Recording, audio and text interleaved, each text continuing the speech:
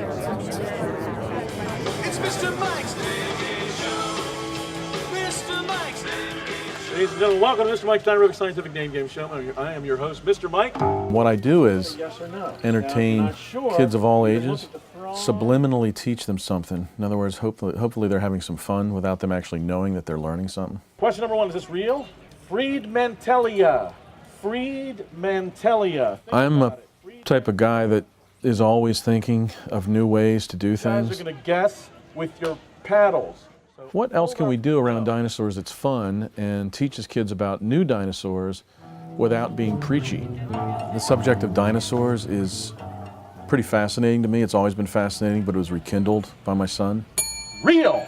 Very good. A kilometer. Very good. My son was probably 5 years old when he first really paid attention to my dinosaur models and started asking me about them. Dad, what's this and what's that? Some of them I knew what they were.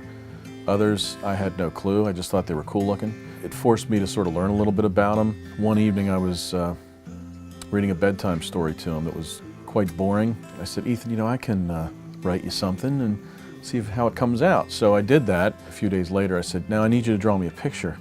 Stapled it together and said, hey, look, we have our own little book. Got to the point where I had a bunch of them and said, maybe we should publish our own little book. People seemed to like it, so we did it again. Facts can sometimes get cumbersome when you're delivering to children, so I rhyme. But to have a fun, interesting point about dinosaurs can be difficult, especially when you're trying to figure out how to rhyme with Therizinosaurus or Eustreptospondylus. Ethan started doing illustrations with me, or for me, when he was 6. And I like to think that when somebody purchases one of our books or a CD, you know, that they go home and they begin to experience the same sort of thing that Ethan and I got, that thing that brings us a little bit closer. We're never going to know it all, and every time a discovery is made, sometimes it completely thwarts what we thought we knew about this species already. So it's a fascinating science, and that sometimes I'm almost afraid to write it down, because 2 weeks later it could be completely different.